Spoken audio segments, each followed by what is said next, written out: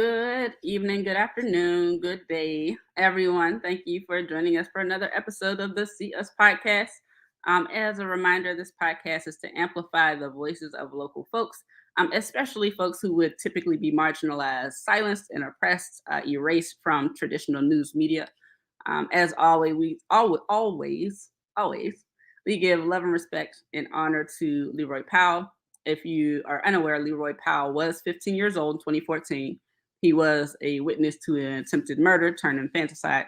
And he did the right thing, as they say. And, he gave a witness statement that was played at the preliminary hearing. But the jacked up part is that our local news media was at that hearing, and they decided that they wanted to play it on the 11 o'clock news.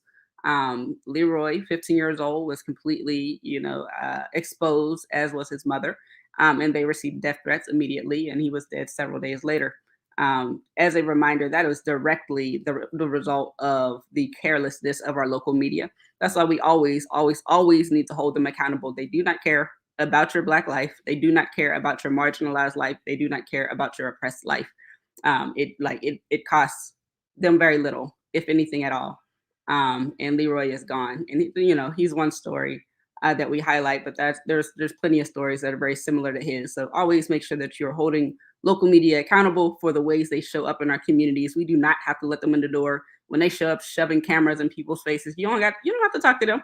They ain't nobody's authority. And even if you are comfortable with talking to them, you can ask for portfolios, you can ask for cards. I'll talk to you later, especially when it has something to do that is tragic. You don't have to talk to people right then and there. You do not. You can control your narrative as much as possible. And what we can absolutely do to control our narrative is to create our own, right? So that's why this podcast exists. So thank you all for bearing witness and sharing each other's narratives like we have today. Make sure you share Ms. Saundra's narrative in Poor Law, because it's very, very interesting and it is a part of our tapestry, right? Like our Pittsburgh history. Reminder, it only takes about 25% of the community for change to occur. Don't think that you need everybody on board before you step forward. You can step out the door and it's just you and your cousin, just you and your mama, just you and your friend. It ain't got to be everybody, And in a city like Pittsburgh is this big, about 300, typically, well, I think the last census was about 310,000 people. But, they just ran, 7,000 Black folks out? So it's less than that now. So it's not a lot of people it's in the city to begin with. So imagine 25% of that. You only need 25% of that for change to happen. So keep that in mind. You don't need everybody on board with you from the gate. Like, if you feel like something needs to change, you can do that right now. You can do something small and keep doing small things, and change will happen. Just gotta stay with it. And don't be discouraged. And don't let people who want to discourage you, because that just speaks to their own fear. They know what you're capable of. Just do it. I'm going to skip my other intros for now. I'll let those be at the end because I do want to get to this conversation today. I'm super excited. We had Ms. Saundra Cole-Mckamey on here, a couple of times actually in the past. Like, one of my favorite people in the city because she, is who she is. She's very genuine in the way that she shows up. She is an advocate for people, for the people, not the organizations, not the companies, not the contractors, she is an advocate for people, for actual people. And if you've ever been in Hazelwood and witnessed her in her own community, her own element, you'll see just how much that love pours out and pours into her. Because everybody, like, when she shows up, like, the world lights up in Hazelwood. Everybody knows her, everybody loves her. Like, just so much love with just her, like, just watching her exist in her own world. So we're going to learn a lot about Hazelwood as it exists, the work that she does in and around the community and our community at large, and some interesting facts about the community of Hazelwood. So without further ado, can we bring on Ms. Saundra Cole? Well, thank you, sister. I appreciate my sisters are on here, right now, for real, because we need y'all. For real, you and Denise and our sisterhood, man, is powerful. And we need to have our own narrative, tell our own story, because it's important. Because if we don't tell it, who will? They will, and they have, but it's the wrong narrative. So I'm so happy to be invited again to your show. It's important. Thank you again, sis. Yes, absolutely. Thank you for always being open and willing to not only show up when we call for the show, but just showing up for community whenever any of us need. Right? Like I so appreciate that because that's not always the case. We do have one other person in the studio who runs with Miss Son. Can we bring up Pastor Love? Pastor Love, how are you? Oh, I'm blessed, and so are you. How, Oh, how you guys doing today? doing pretty good. Doing pretty good. Thank you for joining us today, Pastor Love. I don't know if you remember, but you and I had a long chat sometime I think last year at the beginning of the pandemic regarding like the work that we were doing in the county and the work that you all were doing locally as far as like delivering food and such. You remember that? I remember. Word up, word up. Well, it's nice to be in your graces again. Oh, thank you. Word up. So Auntie San, can you tell us so are you born and raised Hazelwood? You're muted. Hold on. No, actually, I was born in El Paso, Texas. Ah, Yeah, yeah. My dad was in the service, so my mom was married, and a tragedy had happened with my grandfather. The police killed my grandfather out in Hazelwood in 1964, 65. So, um, my mom, we came back here to Pittsburgh, oh wow. and I've been here since. So I was only like a baby. I was a baby. Hmm, hmm. Hmm. So was your mother or father from here originally? They were from here. Yeah, my mom and dad was from here. He went to the service and she joined them, and they went. He was in his barracks was in El Paso, Texas. And me and my brother Tyrone was born there. Okay. A lot of people don't know that. No, you would never know. Like, Right. your whole roots. Like you just sprung up out of Hazelwood. For real, yeah, because that's where I've been so long. Most of my life was Hazelwood. Yeah, Yeah, but similarly though, right? Like I think that's beautiful for one thing. And folks don't actually a lot of folks don't know I'm from Baltimore. I was born in Baltimore, but I'm very much North Side, very much Pittsburgh. So unless I tell you, you don't really know. Yeah. So so can you tell us like how you got your start in doing community work generally? Like what called you to be involved in community? I believe my husband's situation got me involved in community work. I think I believe wholeheartedly it was a calling on my life, and I believe that it took that situation with my husband to bring it out because during that whole situation, that's when I became who I am, far as Aunt Son and advocating and being out here for, you know, people who's going through either the same thing I'm going through or something, the same thing I'm going through. But um, it lit a fire up under me, you know,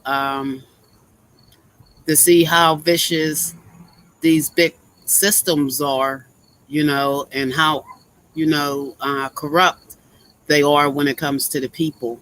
The people don't matter. And that's a problem to me. And it always have been a problem to me. You know what I mean? And there's some people who don't know how to fight, and with their voice or whatever, they don't think they know how to fight. But in reality, they really do. That's all they really got to do is show up in numbers. They don't have to say anything. All they have to do is just show up, letting the people, the powers to be, to see that we come in unity. You know what I mean? And that's what the residents that we work with, that's what we're about. We're about the unity. We're trying to bring wealth back to our community. Even though it's hard, but it's worth fighting for. So many developers coming into our community thinking, not just developer, but foundations as well, coming in our community thinking that they know what we want. You know what I mean? And that's the furthest thing from the truth.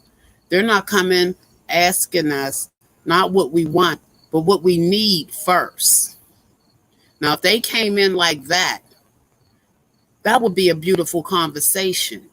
But when they don't come in like that, it looks like East Liberty, division, generations of folks just scatter. It meant nothing to the foundations and the corporations. It meant nothing to break those families up. Well, we refuse to allow that to happen in our community. So that's why we're fighting for a co-op grocery store in our community, as well as a high-tech laundry map and a Black-owned credit union. We know that they're not coming to save us. We got to save ourselves. So we're I don't want to say we're asking for opportunity, but we're asking for opportunity to be able to develop that 4800 block down there on 2nd Avenue where I used to have my restaurant at down there. That whole south side is, I think, the south side of there. That's where we want to do the community development at. And I feel by rights, we should be able to do that so that we can show them that it can be done, unless it's something that they know can be done, but just totally against it. So that's what we're fighting for now, is that block of the 4800 block to be able to develop a co-op grocery store. Wow. That's amazing. I didn't know all of those things. So I'm looking forward to getting into that conversation. But I want to jump back really quickly to what got you into movement work in the first place, starting with the work you did for your husband, Terrell. And so I don't know how many people know y'all's story or not. Like, everyone should know these stories. And again, that goes back to narrative, like, and our narratives being shared. But I mean, it is one that that should be celebrated annually, right? Like, it's something that it should be taught in schools, because it's such an amazing story. If you don't mind, telling us, like, what happened there, what happened with Terrell, and then how did y'all go from point A to point Z? Okay. So what had happened was, in 1994, Terrell was accused of a homicide that he didn't commit out in our community, which was a high-profile case. It was a police cover-up, and they had to get someone for this homicide because this young lady was in police custody, and they dropped her off back in the community that she was supposed to be protected from, and she got killed that evening. They dropped her off. They gave her $5 and dropped her off. So it became one of the biggest cases in Pittsburgh. So Terrell was going through another situation with the young lady, and they were going to court, and that's how his name had got brought in it. But a couple years prior, her brother had got killed, and the witness who came forth for her brother, she wound up bowing out and didn't, go to court. So the young lady who had got killed, she said that she was going to stand up for what was right. And what had happened was, my uncle Eric had got shot. He didn't die, but he had got shot, but she witnessed it. So she was standing up saying who she seen do that to my uncle, and she had got killed. So they were looking for the people who had killed her brother, as well as Terrell, because Terrell was going to court back and forth with her. So Terrell had turned himself in. And when he turned it, because he felt like, I'm turning myself in. I ain't got nothing to hide. His name was in the paper, and people was calling, and they were saying, the police is looking for you or whatever. He turned himself in. They said, okay, took all his information where he was that night, and then they let him go, and they told him don't leave town.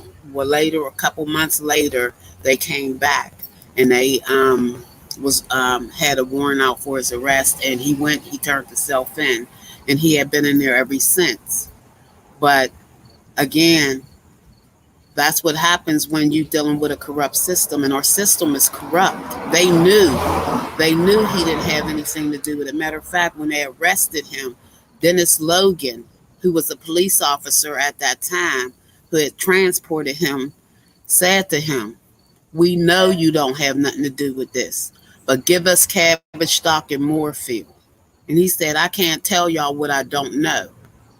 So from that point on, that's when it moved forward. You know what I mean? He was in jail. They was putting everything in motion. They used the young lady who was, um, she was in her sickness at that time, and she had got caught stealing at the mall. And she told the security at the mall, because they took her downtown. She told them that she witnessed a crime in Hazelwood, and it was the crime that they needed somebody to be a witness for. So they, dolled her up and got her together, got her off of drugs, but she wasn't off of drugs, and she kept doing things with them. And, so one thing led to another. And he went to court, and when they were, when they were getting ready to sentence him, he turned around, he looked at me, and he said,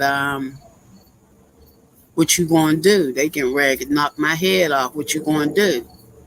And I said, I'm a ride. You know what I mean? Not, I'm just going to ride because I don't feel like you did it. So I'm going to be a woman of my word, and I'm going to help you with this. You know what I mean? That's where I was at with it. You know what I mean? I said, I'm a ride. You know what I mean? And that's what I did, because all I had at that time is my word. You know what I mean? And that's what I gave. But my word is important to me. So when I told him I was going to ride, I didn't say I was going, I'm going to live my life. I'm going to still be living my life, but I'm going to ride with you. You know what I mean? No, I said I'm going to ride. So I meant that wholeheartedly. You know what I mean? And that's what I did, because that was my word. So through all that and being out, just out in my community, just putting, like Terrell, he would write up newsletters from the information that I would give him out here.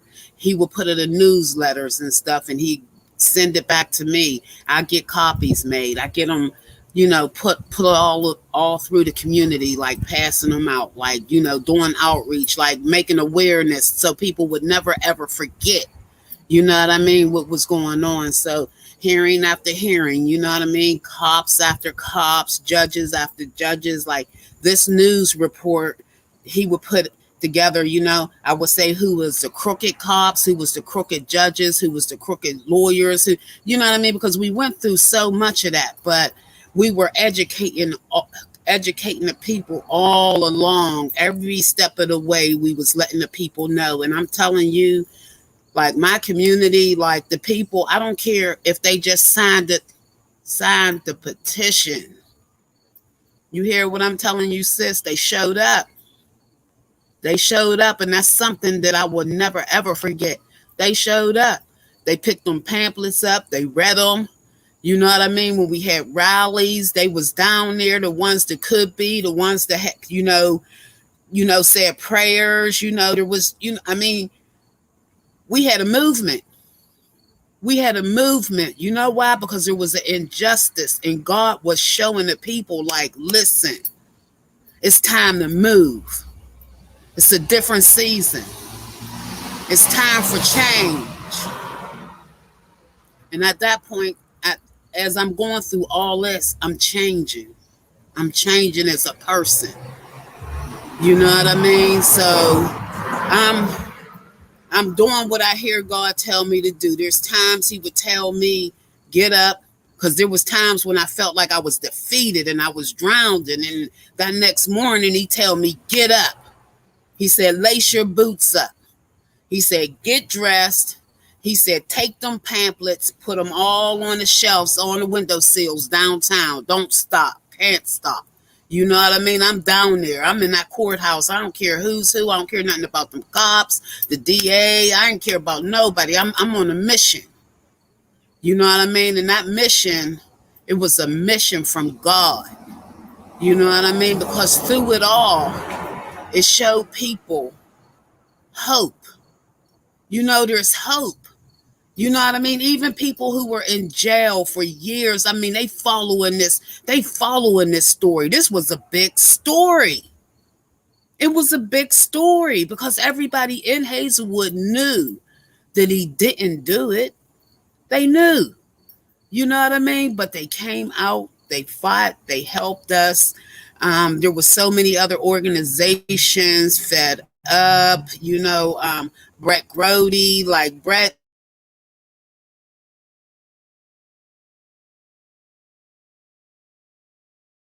so many times, it made him go to school. It made him go to Pitt to become a lawyer.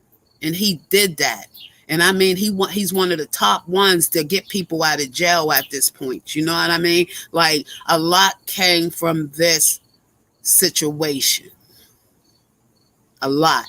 And it showed me, fear no man. No man. I don't care what it looked like. You know what I mean? If we need a grocery store, we're going to get us a grocery store. And the people have to step up like they stepped up before. This is a different time now. It's time for us to start building our own wealth and co-op and having our own. You know what I mean? That's what time it is. That's what season it is right now. And the people have to wake up. Wake up. It's that time. Wow. Not even on like the ins and out of it. That's an amazing thing. First, I want to shout out Terrell Johnson. If you are on Facebook, I would check out Terrell Johnson Project.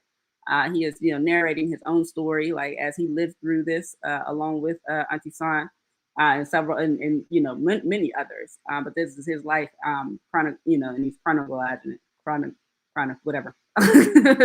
He's telling his story from his own narrative. But yeah, so the outcome. So Terrell was in jail for 17 years, was it? 17, 18 years. 18 years, brother. 18 years for a murder that everybody knew he didn't commit, including the police.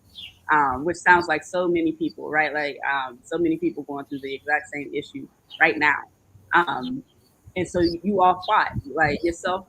You fought and you brought other people on. Again, you do not need a legion to start a movement. You don't. Like you can start in some pamphlets, right? Like you can start on your own. And that's right. And that grew into a movement. It was a huge thing at the time. And after 18 years, you all were able to get him out of jail. How did you all do that? And I know Teron Jenkins was his lawyer at the time.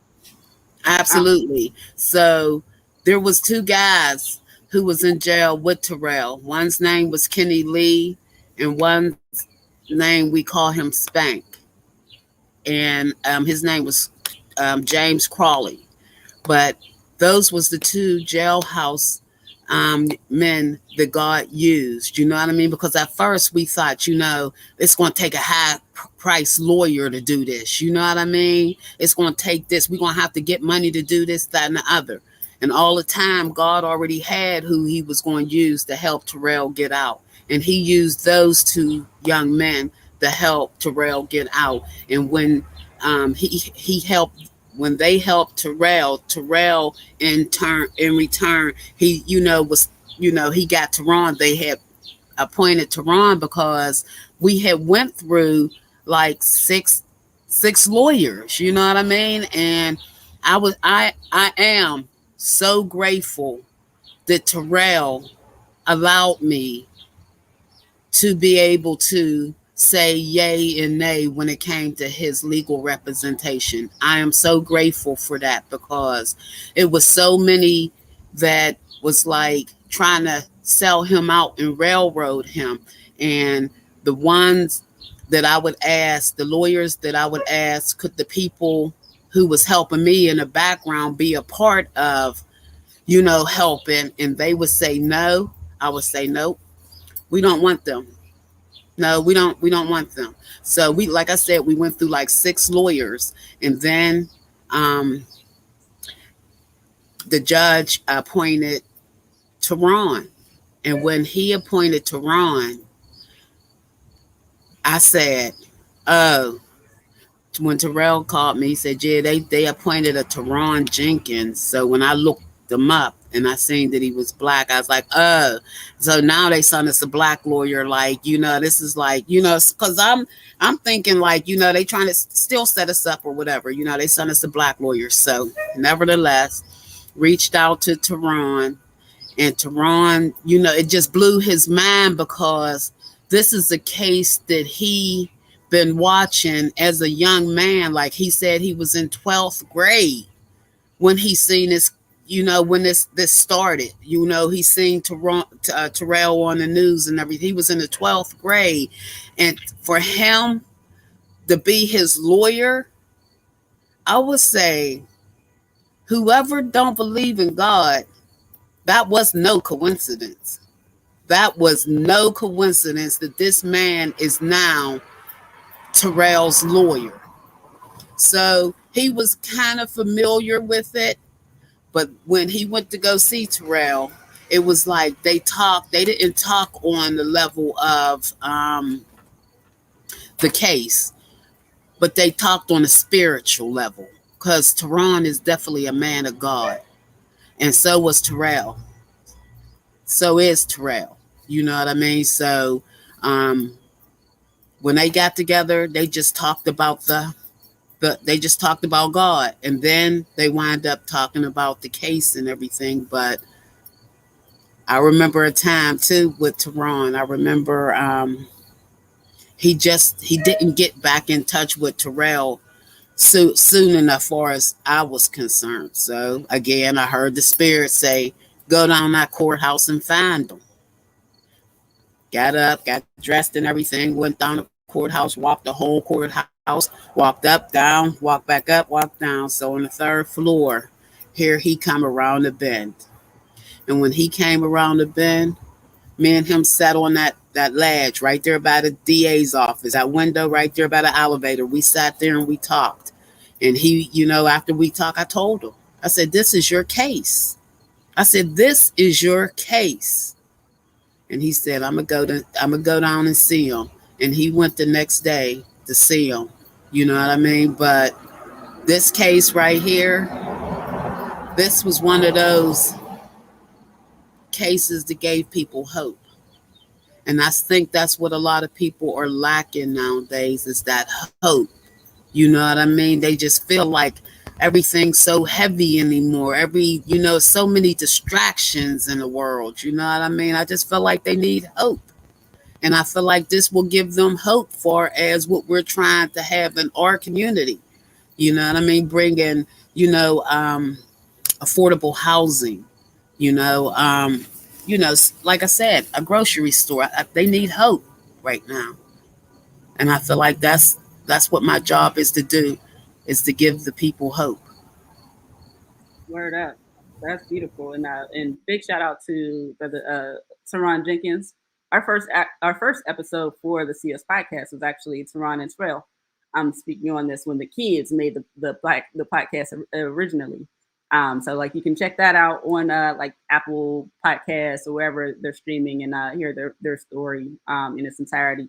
And also Teron did an episode with us again about his own story. And if you didn't know, Teron ran for DA against Apollo. He pulled out a good fight despite some opposition from, quite frankly, some disappointing opposition from our own folks. And now we're stuck with Zapala for however much longer, ruining lives. So you can check those out.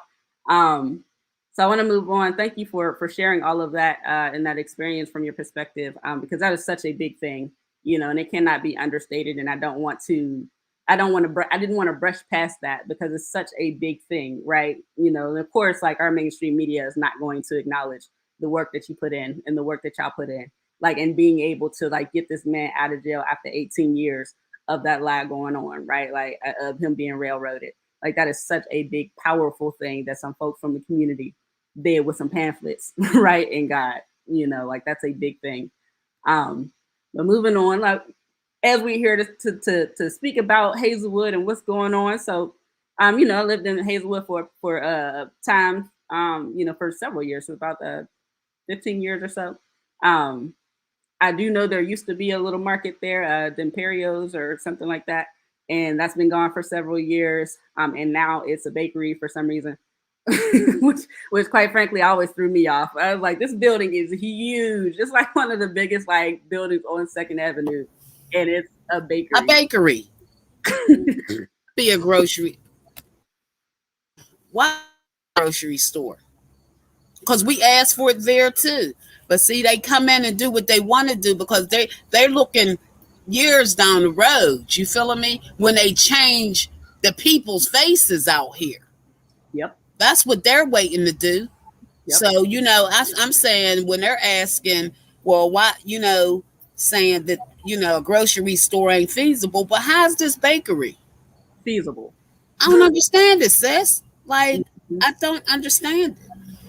Oh, well, you know what that is. That's gentrification in motion. As you said, like, and gentrification takes years and years and years, which is one of my pain points, right? Like, it's a thing I get frustrated with when folks don't realize, like, those seemingly small things, like putting a bakery in the community that doesn't have a grocery store, doesn't have a market anymore, and it's huge. It's like, that's not for no folk.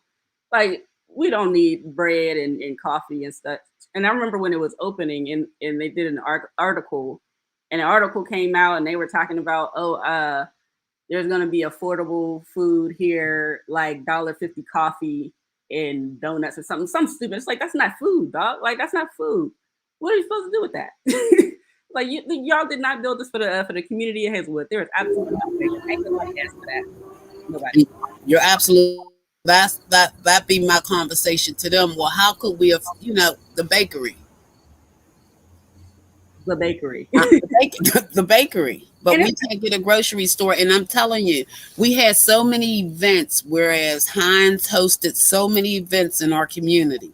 We had blackboards all through the community. Every blackboard said a grocery store. Every one of them.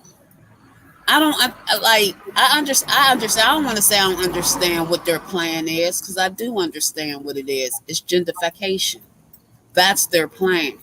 But the thing of it is, if they would listen to the people, it can be much different than it was out in East Liberty. So much different if you work with the people. It's like they come and say, I want my plantation back. That's how I feel. Like, I want my plantation back. And I think that, like, even different, like, I think, like, instead of expecting them to be different, because they're not going to be. Like, I mean, I quite frankly, you're right. Like, that is what it is. Like, there's no value around Black and marginalized lives. Like, there's no value for the steel workers and their kids' lives. There's none. But I think that if we as a community, if we said no, we're not about to be East Liberty, like, nah, y'all not about to open that, nah, y'all not about to move like that, then they ain't got no choice but to stop, like, and yield to the people. Like, that's what it comes down. That's what it always comes down to, is the people. That's how I feel. So this is the first time that I was aware that you all are seeking to have a co-op. In the community. Can you tell me a little bit about that, where that came from, and what building y'all are looking to situate it in, if there's a building selected just yet? Well, it's not so much a build. It's a building on that land, but that's not the building that we're talking about. We would like it to be a part of the land that we're trying to obtain down there on the avenue. But it's on Second Avenue, and if you're going towards town, it's on your left-hand side of Second Avenue. We're trying to develop that area. And Pastor Love can tell you better about that. Pastor Love? Is he on mute? I think you might have froze. Michael's on. Michael?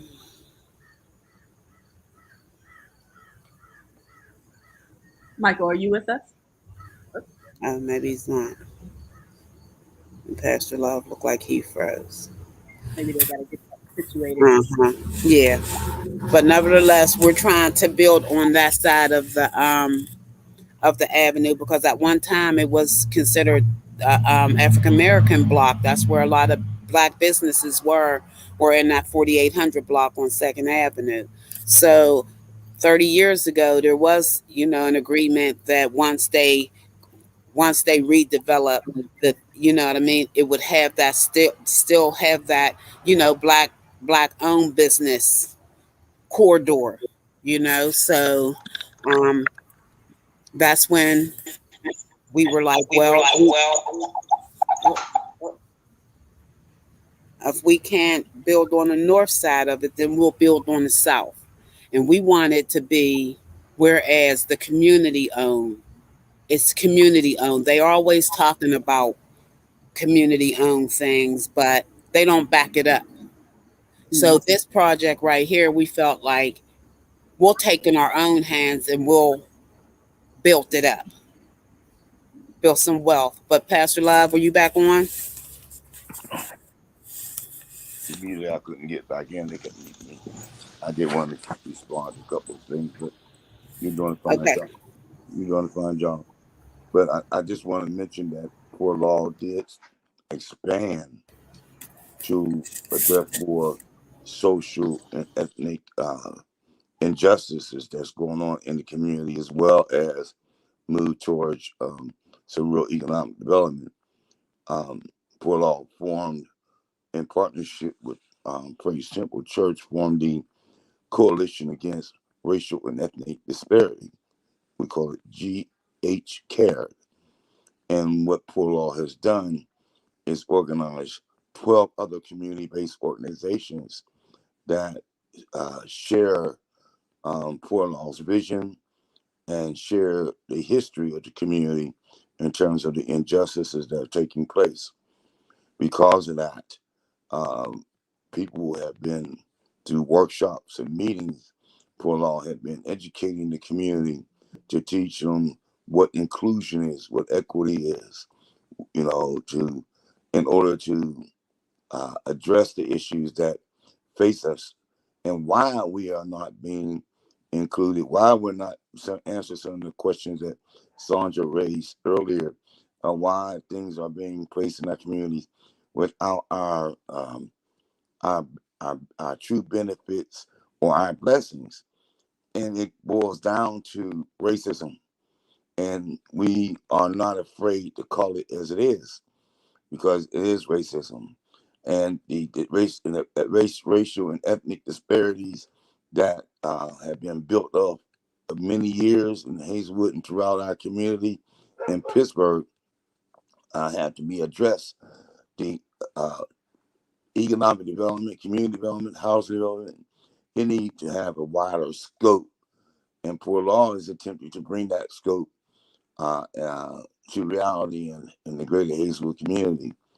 Even what they have this new program called Avenue of Hope from the Urban Redevelopment Authority.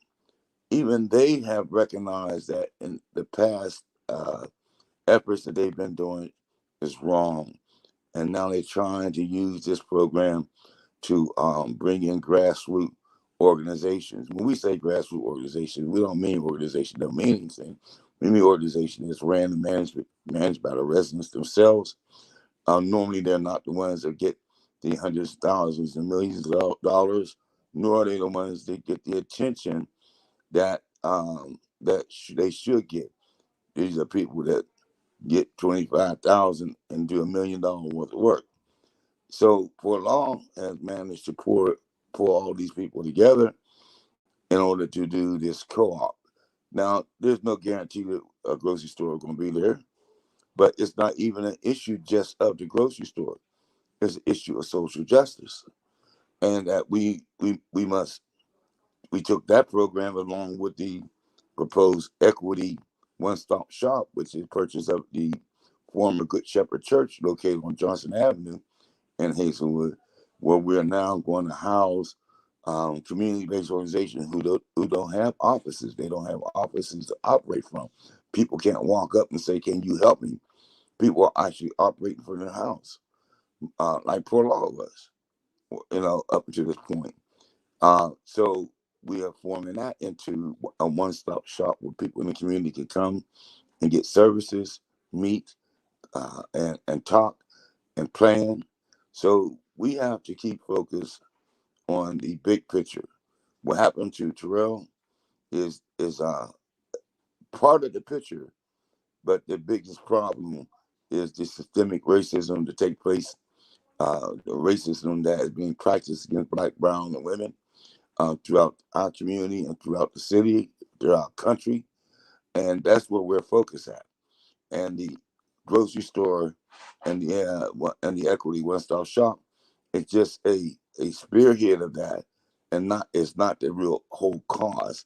Although we know we are food desert, but we know why we are food desert. Then I'm gonna let it go. But in the past 10 years, we have went from 10,000 Black people to 5,000 Black people in Hazelwood, and that's not by mistake; it's by design, and we know that. So that's what we're still focused on. I've been very proud from the very beginning with the marches and protests with Saundra to get Terrell out. A lot of us was involved, and that's how I got involved with Saundra in the very beginning. A lot of people don't know that either. They think we just got involved recently. But my children, my 15-year-old was one of the ones marching. He was only 3 years old at the time. So that's the focus. And that's what we're trying to do. Education is very important. The type of education we're talking about will save your life.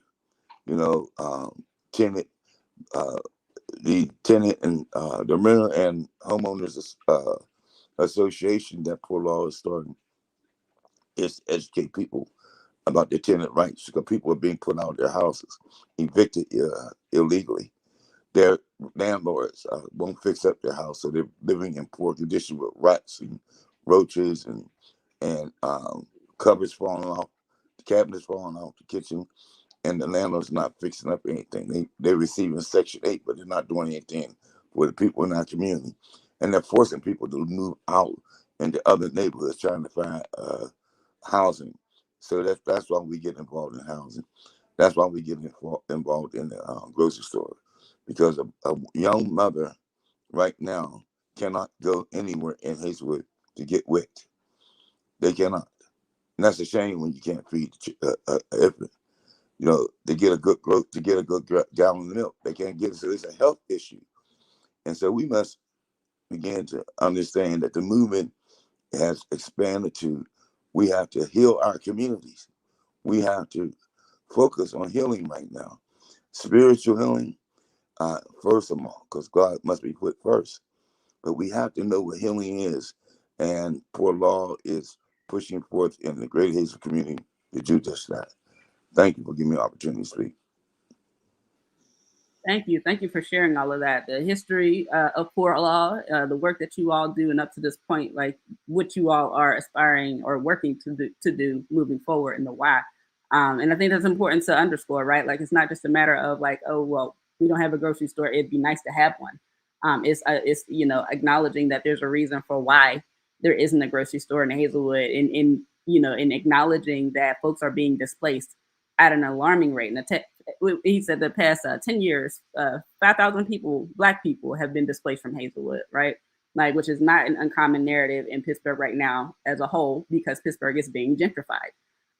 Which is a hard conversation to have with folks, because it's easy for folks to say like, oh no, that's not what's going on. Like, oh no, people are choosing to move. I remember there was an article that Public Source put out, which quite frankly, Public Source has a way of being very, very violent and hiding behind these social justice stories or whatnot.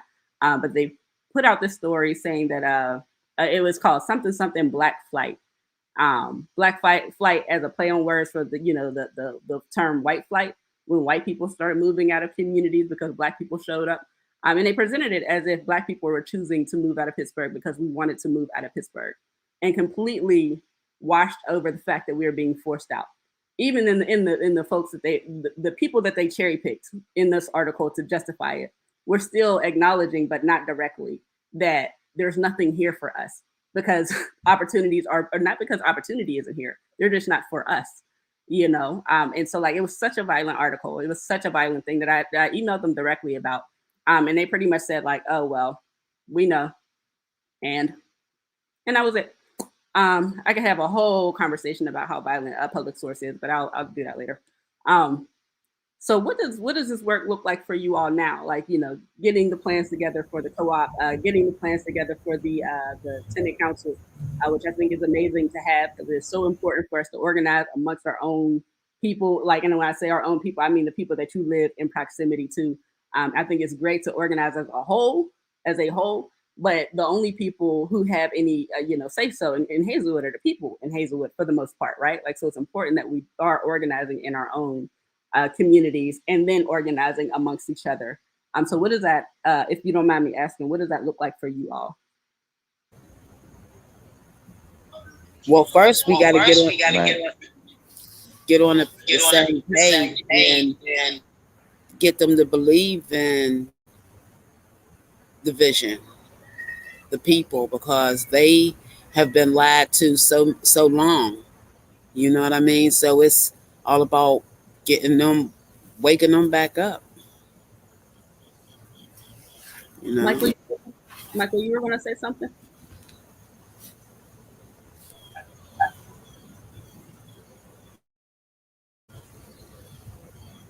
It's not. I think we keep losing Michael, so hopefully he's able to jump back in.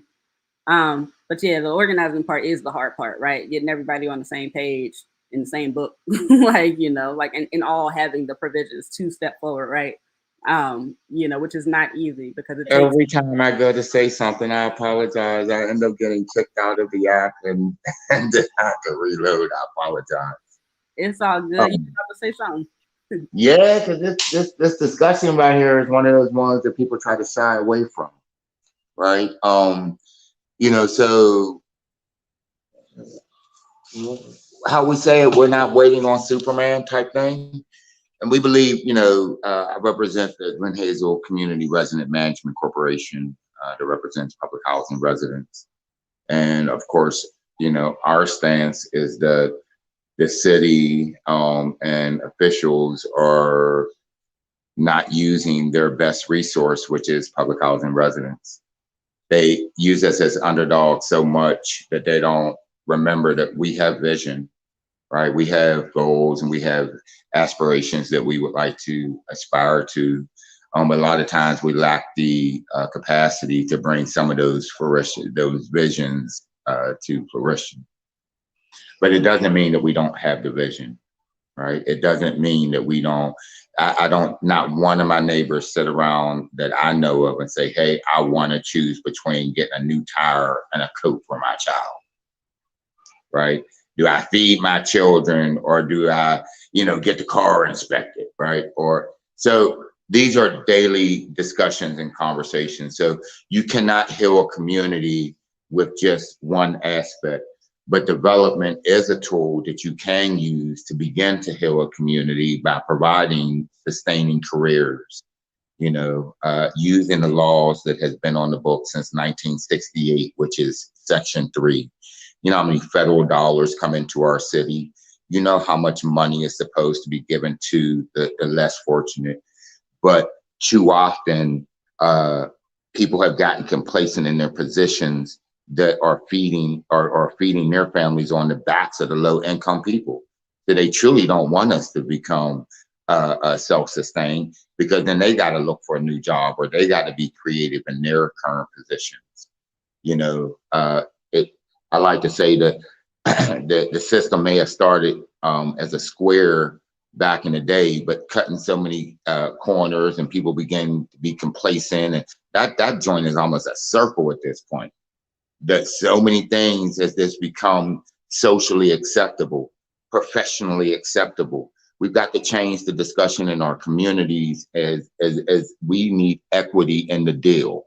Give us equity in the deal so that we can create companies in our communities that provide not only jobs, but entrepreneurship opportunities. Can we own some of these buildings? Can we have a part on the deal? Because it's not our responsibility to make sure developers can come and provide their children with ballet class and kayaking class. And we can't even get art class in the public school system. Can we get a library in this public school system? Can we learn these things? Can we bring home instruments? No. because they're making money on our dysfunction. So there is no encouragement, nor is there any bite to the regulations that are forcing people and contractors and developers. And the worst slumlord we have in the city of Pittsburgh, which is the city of Pittsburgh. They're the biggest slumlord in the city. And they can be using that same property that they're slumlords of to empower the people and lift the people of their city up. They're choosing not to. They're making a choice.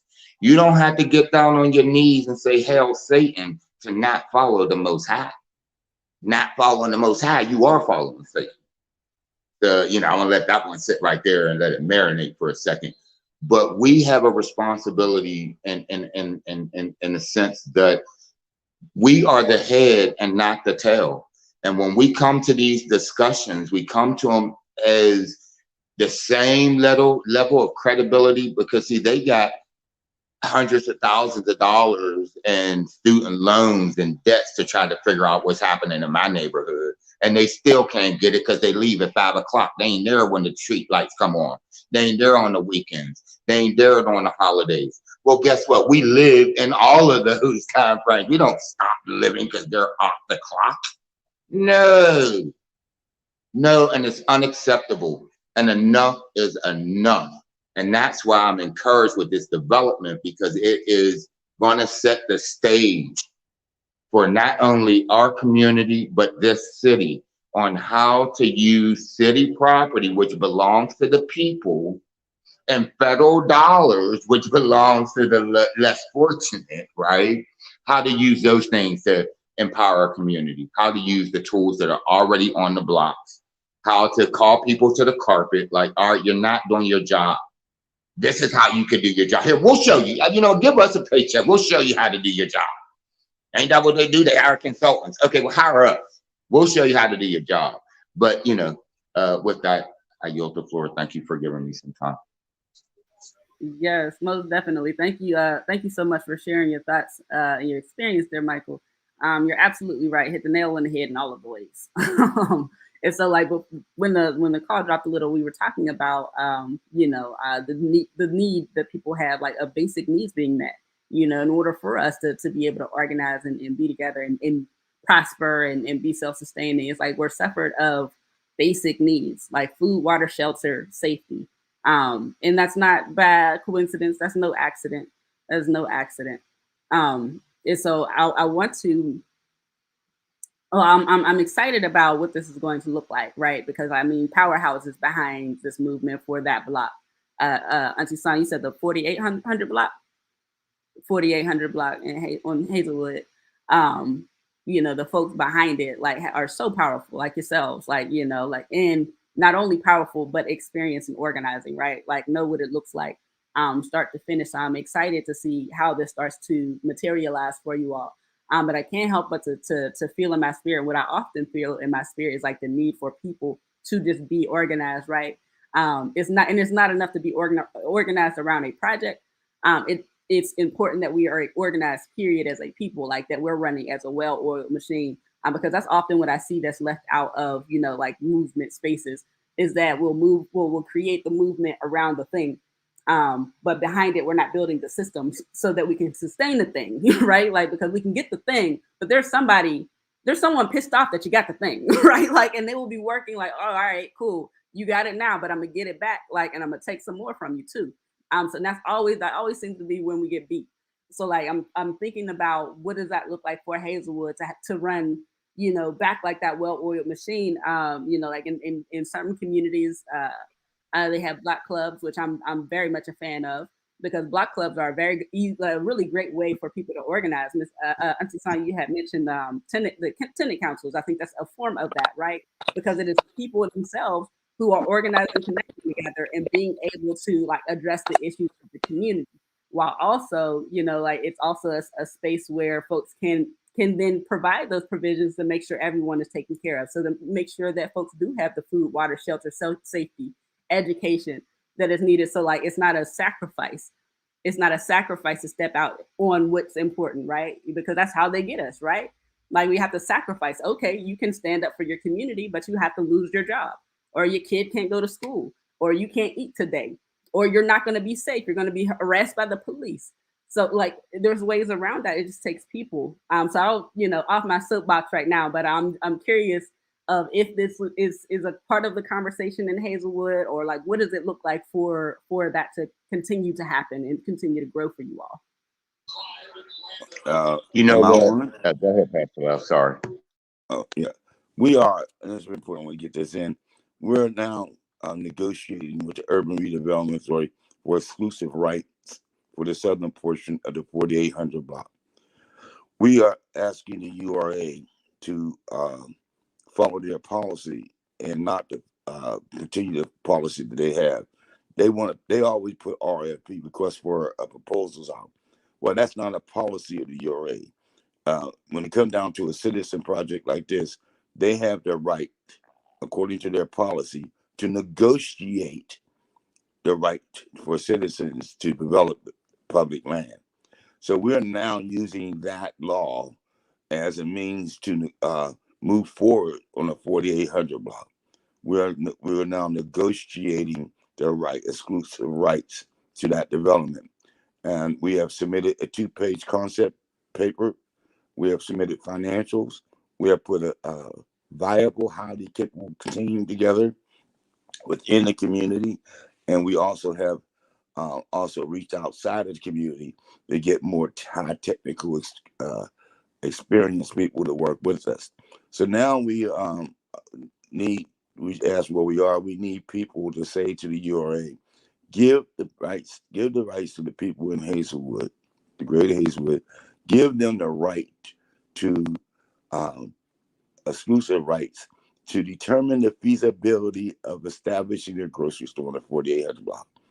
And like Saundra said, all the studies are always pointing to the people saying that a grocery store was needed in Hazelwood, but not one public or private developer that have come to Hazelwood has proposed to do that. So we're proposing to do it. So we're asking for support. Call the URA, add a line at the URA. I'm sorry, I don't have a number, but call her and let her know. Write emails to the URA asking for them to give GH Care and POORLAW the right to develop the 4800 block. And that's where we are right now in negotiations with them.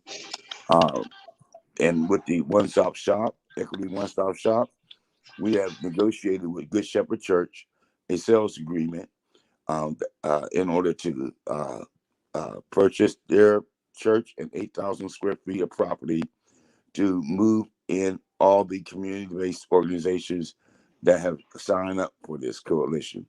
They're part of the association. We are now in negotiation with their sales agreement. They have really helped us because they were selling the property at $500,000. Now they're down to $250,000, which is reachable. We plan to continue our negotiations with them, and hopefully within 2 weeks, we should have a sales agreement for the Good Shepherd Church. We know that the property at 4800 block is at least 2 years away as far as the development, once the feasibility study is established. So we want to establish what we call an oasis. And what that is a short-term fix where people will be able to order their food directly from us, from the grocery store, and we will have the food delivered to us, and we will deliver the food to them so that they won't have to pay that $10, $12, $15 Uber cost to go to Homestead or to go up to Greenfield to shop. The food will be brought to our location, and we'll take it to them. That's just a quick fix that we want to do, that temporarily, because the whole issue is to address the issue of people not being able to get the resources, food resources and household resources that they need to survive. So that's where we are. So we are at that stage, and your show and it's a good way of getting the word out. And we want to get the word out then. Call the Urban Redevelopment Authority. Tell them you heard about what people in Hazelwood are trying to do, and you're behind them, behind us trying to get a opportunity to determine the feasibility to establish a grocery store. Thank you. I would just add to what Pastor Love was saying around the community development and side where rallying the residents is very important. So Port Law is going into a campaign to educate the residents on city development policy, educate the residents on what they can do to help this process. They're also looking at bringing on some community ambassadors because, like you said, block clubs are important because that way you're reaching a larger segment, but in a smaller piece, right? How do you eat an elephant? One fork at a time. So by doing the block club method, we're able to look at segments of our communities, bring an ambassador where they're learning all of this stuff. They're learning acronyms because in our communities, they don't know acronyms. They just say things and they be like, okay. But we got to really tell them what these things mean, right? What do it mean in the context of them voting, right? Understanding that even voting for the judges is more important than worry about who the president is, because the judges is deciding your fate in that city right now. At that moment, they are boots on the ground. So educating our community about policy, educating our community about how organizations sometimes come in your community as a flagship of nonprofit, but they ain't nothing but a poverty pimp, because ain't nobody getting paid in that organization but them high-level people within that organization, and they ain't doing nothing in our community to change our situation. So there's poverty pimps even within our community and our own people. Sometimes it's your own people that be on you. So it's just letting them know where we are in this thing, educating to give information so that then they can use discernment about how they're moving forward, right? How they understand that, okay, we done got this Arab on the corner with this new store, but yet you guys right here done had this money for a while and it could then opened up this storefront. And then that way we could be supporting our own people, keep that dollar in our neighborhood. So teaching them about economics, social responsibility, civic responsibility, and more important, parenting responsibility, because it starts at home, right? Because we all know in our neighborhood who is doing what, who ain't doing what. But a lot of times we won't speak up and speak out about the bad things in our neighborhood. So taking more control and ownership and giving it to the residents in a way in which you empower and bring the God-given power that they already have out in them, giving them avenues and opportunities that they can bring their God-given gifts and talents and abilities to the nonprofit. It might only be licking stands. It might only be making phone calls. It might only be while you're on the avenue, just tell, baby, log on to that meeting on, so we all have a part to play in this thing.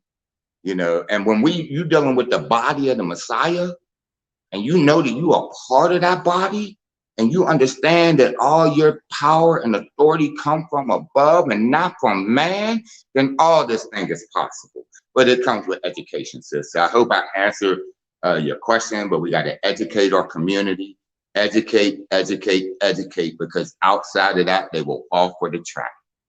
Thank you for your time. Thank you. Appreciate you much for all of that. So I'm going to ask all of you, feel free, whoever wants to answer, how, if someone, specifically people from Hazelwood, but if anybody wants to get involved with what y'all got going on, how would they do so? If you don't mind, I like to say that, well, not clarify, but to bring attention to, is that we do have a lot of professional people who live in our community. And right now, Port Law has managed to bring a lot of them people together. And they are residents from the community. So I want to make clear that this is not just a movement of people who don't have some kind of expertise, because our capacity building is high now. And like I said, we got 10 to 12 community-based organizations who are currently working in the community providing services, who have all joined the coalition, a GH Care that Port Law is sponsoring. So I want to make sure that we don't always think that because we're Black and because we live in a deprived community or a community that's low income, that everybody's uneducated, everybody's poor. We have working people. Glen Hazel Public Housing, where Mike will talk about, has the highest and always had the highest level of employment among public housing residents in the city in Allegheny County. So we are not, should not be seen like our slave masters once seen us. We have to walk with our heads up high, and we just have to be. We should be educated. We don't have to be educated like because we're ignorant, dumb. We just have to be educated about the policies that affects our lives. But to answer your question, they can call Saundra Cole, and Saundra Cole can give you the number. They can call myself or Mike. And that's one of the problems that we're addressing. There's no place in the community where a person can walk up and ask for help or volunteer their time. That's why we're building the Equity One-Stop Shop. So they will have that place. But right now we're spread it out. And Sean could give her phone number, I guess, and they could call her. And from Saundra, she's a head person, and she can get in touch with the rest of us. They can reach me at POORLAW, POORLAW @gmail.com. And also, I want to bring to attention, or my number, I apologize, or my phone number, which is 412-670-8421. And we will be having some literature going out throughout the community, educating them and bringing awareness to what is happening out in the Hazelwood community. Also, I would also ask that Pastor Love mention what we would need volunteers for. I know we need a data people who's technical, who knows how to do computer work, data entry, and things like that. There, but we need volunteers at this time to do outreach, help with workshops. Um, Michael, you think you mentioned something before too,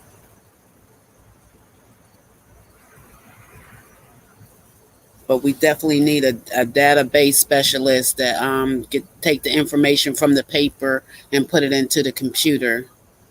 Um, we also, like I said, outreach workers.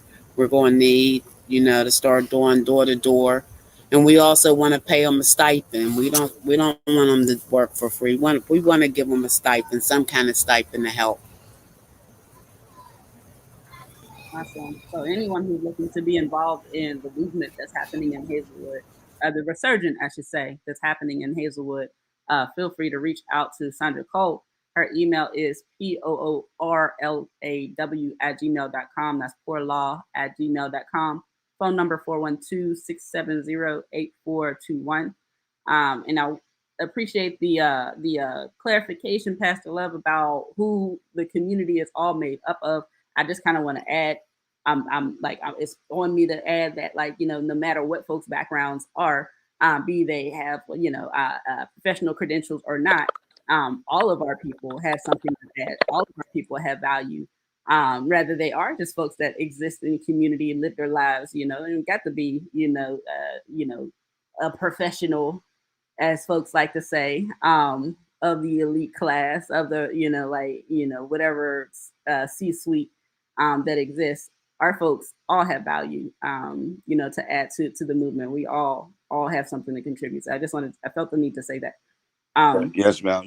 I just want to say most of us came from public housing. I know I did, but Mike did public housing. We a lot of us come from public housing, and we don't see nothing wrong with public housing because we learned a lot of good values in public housing. I won't go into it, but when I was raised up, everybody's mother was everybody's mother, everybody's father, everybody's father. If you didn't have a father, somebody else father your father. And I learned all that, experienced all that in public housing.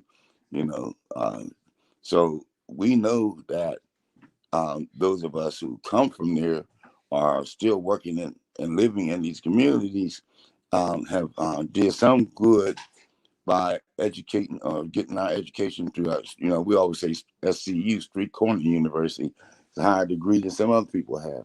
So I just wanted to make that clear because that's the first thing that they come up with, sis. The first thing they come at us with, what is your capacity? You don't have the capacity. You don't have the professionalism enough to put a grocery store. You don't know how to run a grocery store. You don't know how to put it together. Well, if we didn't know how did we get to the table so far? You know, how did we get to the point where we got you running around trying to find out a way, like what you did on the Hill District and their grocery store? We learn, you know, and we know how to put it together. So I just want to throw that out there because that's what they try to use against us a lot. Yes, absolutely, absolutely. That gaslighting, pretending like we ain't got it to offer. Oh, I'm sorry, Hassan, were you saying something? I mean, we partner with Joe Macero. They're a big construction company out there. You know what I mean? Also, we have Kish Panna who owns the Woods House. You know what I mean? He's helping us. So it's not like we're doing this alone. There's people who believe in this vision, who is people that got money that is willing to help us because they believe in a vision as well. Word up, word up. Yeah, very poignant words. I appreciate that. Um, for anyone who is interested in reaching out to the URA and support of this movement that's happening for the community to own the 4800 block in Hazelwood, you can reach out to Adelaide Roddy. Her email is aroddy@ura.org. That's AROD as in dog, D as in dog, Y@ura.org. And just call or email rather and express that you understand and see the importance of the community owning a piece of their community, understanding that you understand the history of folks being displaced from their community, like it's owed back to us. And if the concern for the URA is for the people ultimately, then this is the right move. Like that's all. So if you are in support of what they have going on in Hazelwood, claiming part of their community so that their people have roots in the ground, and not just forever flitting around the city as we're being pushed, right? Because that's just typically what happens is folks being pushed from community to community, not being able to take root anywhere. Again, her name is Adelaide Roddy. Email is aroddy@ura.org. All right, y'all. So we are at 6:13. Is there anything else that you all want to share with folks before we cut out today? Am I unmuted? Uh-huh. Yeah, Sean. Yeah, I'll yield to you at first if you want to say anything, Sean. Sean. I was letting them know I put the number in there as well, Pastor Love. I just want to say that first of all, I'd like to say thank you for giving Poor Law an opportunity to come on and talk about the vision and past and the growth that's taking place in the greater Hazelwood community, and to get away from some of the distractions that's out there, like the last one the news media did, as they projected Hazelwood as a community of criminals, which is a lie. And I want to put out there that news article, that news broadcast they put out about arresting the gang members of Hazelwood, and now the people feel safe. We feel we can walk around. That is a lie. We always feel safe. It's not that kind of community. We have the same problems any other community has.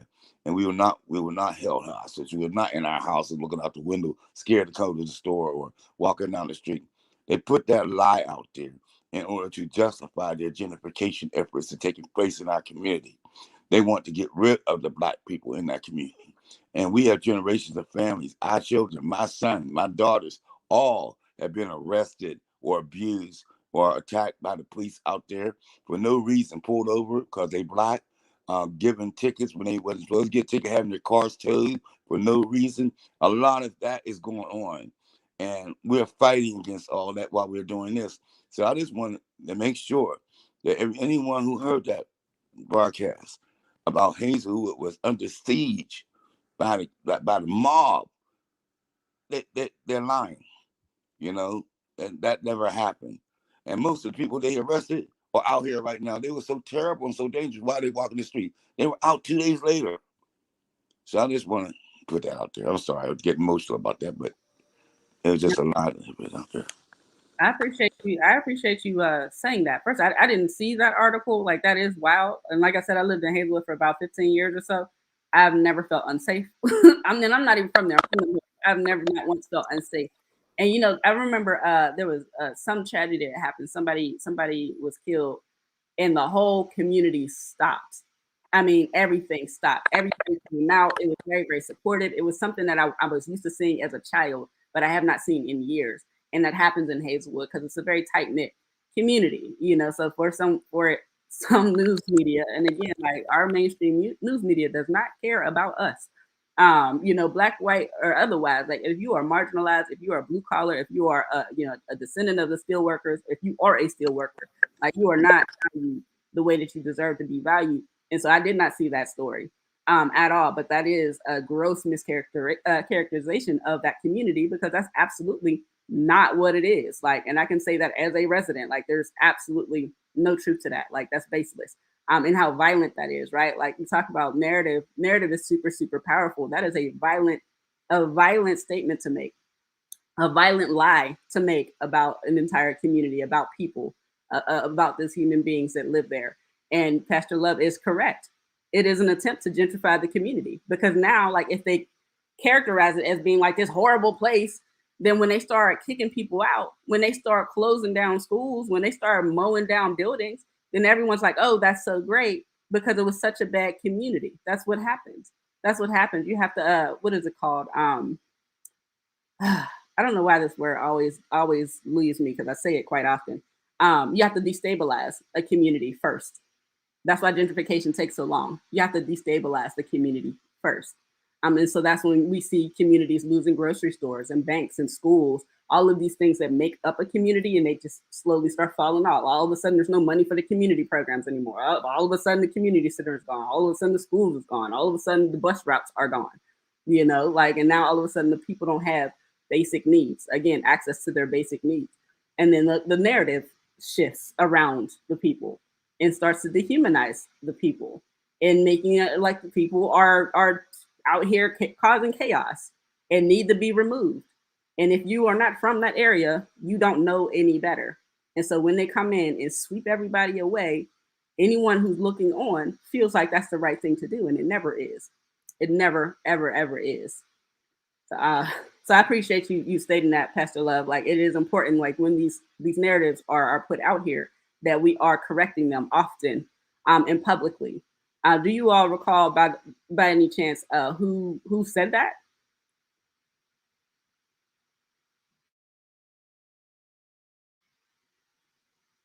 Hazelwood Mob. You'll see that on YouTube.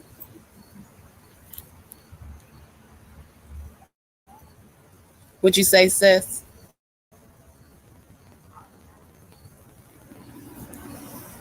Can you repeat that? I said, look it up on YouTube. It's on there, sis. All the They public, slandered. it was on all the public uh, main media. Every Yeah. channel carried it. Every channel. And I'll keep getting muted, so I can't respond to you when your questions are. But every channel carried it, and that's what makes it bad. And some local newspapers carried it, and no one. We didn't get a chance to respond to it. They didn't come out and interview a resident in our community. You should have seen them. We witnessed it. They went from block to block in Hazelwood, arresting people that they claimed were high drug dealers and murderers, and that was their word. That's their exact words that they used. And there was no rebuttal. We couldn't rebut. We should have called the newspaper itself, but we didn't. But you know, like she said, it's on YouTube. It's if you Google the mob in Hazelwood. Hazelwood, it'll come up, and it's Mm-hmm. a bunch of lies. A bunch of lies. You'll be surprised what you read. You would think that Saundra, myself, and Mike was gangsters. Mm. That's because that's who all live in Hazelwood. That's what you would think. And giving us an opportunity, giving the resident opportunity to do what we're talking about doing, we don't deserve the opportunity because who we are, where we come from. And like you said, whether it's black or white, and we have white people that support what we're saying. We got That's people right. from the 4 Mile Run, That's people from right. Barb, people from Lower Greenfield, people from Hayes, white people that have come to our meetings and said we support what you're doing. We know that's not the case. We know that there's, but the people we have always been separated racially and by racial boundaries. But we didn't do the separation. The city separated us. That's who separated us. They built racial boundaries separating black and whites and Hispanics and everybody else to keep us fighting against one another and put that false narrative out that we hate each other, we want to kill each other, and we're killing each other in this community, and that's not the case. As you said, that is not the case. So you can see it. It was wildly for 3 days, 3 straight days. They ran it on the news. One of these days, I'm gonna do a workshop or something about how to effectively hold the media accountable, because like again it's that sort of thing, right? Like how to rebuff false narratives, because it's always about us. When it's a false narrative, it always has to do with the most marginalized and oppressed people every time. And there's ways to do it, right? Like just like like, and you said it ran for 3 days, and this narrative, this language, Hazelwood mob, like that is so violent. That is such a violent thing to say about a community of people, such a dehumanizing thing to say about a community of people that y'all didn't even take the chance to even interview, and go out and seek information from. And they moved on with their lives.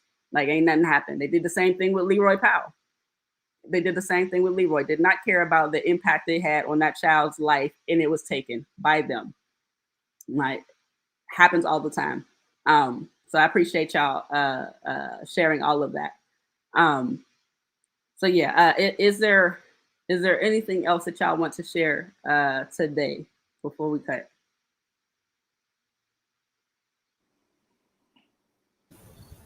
Other, I would like to say this. I appreciate y'all giving us the opportunity to change the narrative and to tell our side of the story as far as what happened out there in the Hazelwood community and what is happening out in the Hazelwood community. I appreciate y'all, and I look forward to continue, telling the story. Thank you, Yes, Pastor Love. yes, ma'am. I Uh, just like to say uh, that the movement with poor law, as it started off about Terrell, is no longer just Terrell. We have hundreds of Terrells now in our community. They're being raised up and they come under the same scrutiny. Nothing has changed as far as the 18 years, 30, 25 years that when Terrell was falsely accused, we're still being falsely accused. If you're a leader, they falsely accuse you of stealing money and put it all over the TV, and then they never come back and correct it. If you are a leader, they try to find something in your past um, that tell the people in the community in order to fight, have you fight against each other. So nothing's changed. And we want people to know, stop listening to the main media. Stop listening to the main media. Start getting out and talking to one another again. They got us scared to talk to one another now. And we can't be afraid. Put God first in everybody's life, and you won't be afraid. And I don't care what religion you are, but we have to be able to talk to one another. We have to be able to share our experiences, and tell the story like you letting Saundra tell about her story, how pulled off. That story can be told 100 times over, in our community and in our city, and I think we all know that. So it's time to talk to one another. It's not, and stop being so judgmental toward one another. No matter if you agree with me or I agree with you, we still need to have conversations on this. Thank you, Pastor Love. thank you both for joining us today, spending this time and sharing your narrative, correcting some false narratives, and sharing the vision for Hazelwood. I think it's a beautiful one. I think the work that you all do is beautiful. One to be admired and replicated around the city. We all need to, pour in and lean into our community and grabbing hold of it. Because again, without ownership, like we just get pushed around as we see. They said 7,000 Black folks were displaced from Pittsburgh recently. And it ain't slowing down no time soon. And this is going to continue. This is not the first time the city has been gentrified. Let's be clear about that. This is, I think, like the third or fourth time that Pittsburgh has been gentrified. And it literally is when folks take an interest in the city, that's when they kick you out. And when they take an interest in the suburbs, that's when they kick you out and you get nothing. And then how do your family survive? Like, how do you build when you're constantly being pushed from one community to another? You can't. Like, we can't. So it's important. And I really appreciate what you said, Pastor Love. It is not us, the Black folks and the white folks and the Latinx folks and the Asian folks who are choosing to say, like, oh, no, they are our enemies. No, literal barriers are being created around us. No, like we're literally being put in different schools and different communities and different areas. And then we're taught and pumped. All of this information is pumped about the other, saying that that's your enemy. That's who you need to look out for. That's who's like those people are less than you. And then we see each other for the first time ever. I know so many white folks who have never seen Black people until they were in college, outside of TV. Wild, wildness. So we are going to close up for today. Thank you all for joining us. As always, this has been a fantastic episode. Again, as y'all can see why I was so excited, because I already know what type of force Auntie Son finna bring.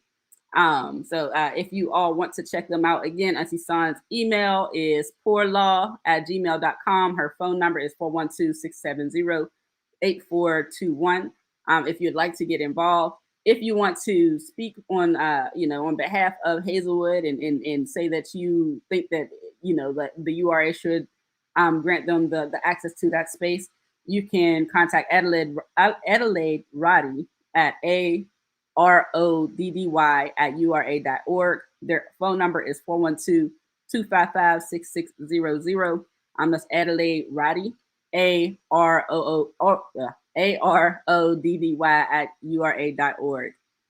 As always, Monday is going to be the airing of today's news, Changing Our Narrative.